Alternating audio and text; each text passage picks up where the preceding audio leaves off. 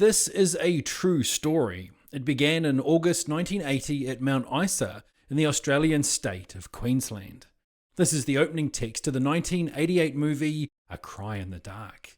For viewers in Australia and New Zealand, you're most likely to know this by the name Evil Angels, which was the name of the book on which the movie was based.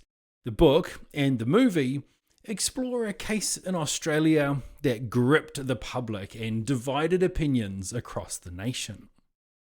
In 1980, the Chamberlain family went camping at Uluru, the famous landmark in the centre of Australia. Lindy, Michael and their two boys were cooking dinner and socialising while their 9-week-old daughter Azaria slept in their tent. At some point in the evening, as Lindy went to check on Azaria, a dingo was seen fussing around the inside of the tent and ran off as Lindy approached. When she opened the tent, Lindy discovered that Azaria was gone. A search ensued, but the baby was never found. But that's only the start of the story. What followed after that was years of investigation, court cases, and accusations. Rather than being seen as victims of a freak event, the Chamberlains were accused of murdering Azaria. The movie follows the story from the camping trip through to the end of one of the court cases. Meryl Streep stars as Lindy Chamberlain, and Sam Neill plays the husband Michael.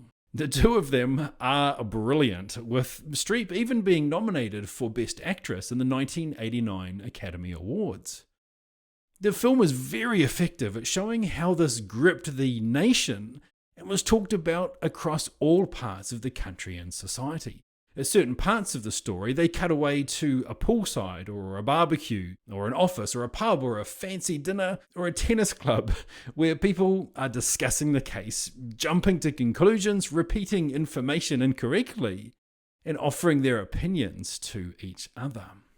This all happened within my living memory, and with the Chamberlains both being born in New Zealand, this occupied many hours on news channels on both sides of the Tasman Sea.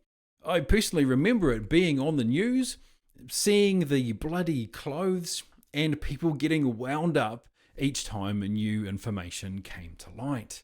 I can only imagine what it would be like if it happened now, in our age of the internet and social media.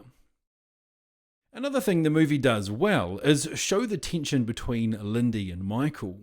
Things are not sugar-coated, and I think the effects of the stress of the court appearances and the intense, invasive media scrutiny are shown really well, and in fact in some parts were quite uncomfortable to watch. The death of baby Azaria happened in 1980. This movie came out in 1988, but the story carried on long beyond that. If you want to go down an internet rabbit hole, it is worth checking out. Also worth checking out is this movie. Even knowing the outcome, I found it really engaging, mainly from the performances of Streep and Neill, and from the way they showed the roller coaster ride of public and media opinion. It's well worth digging up and watching wherever you can track down a copy.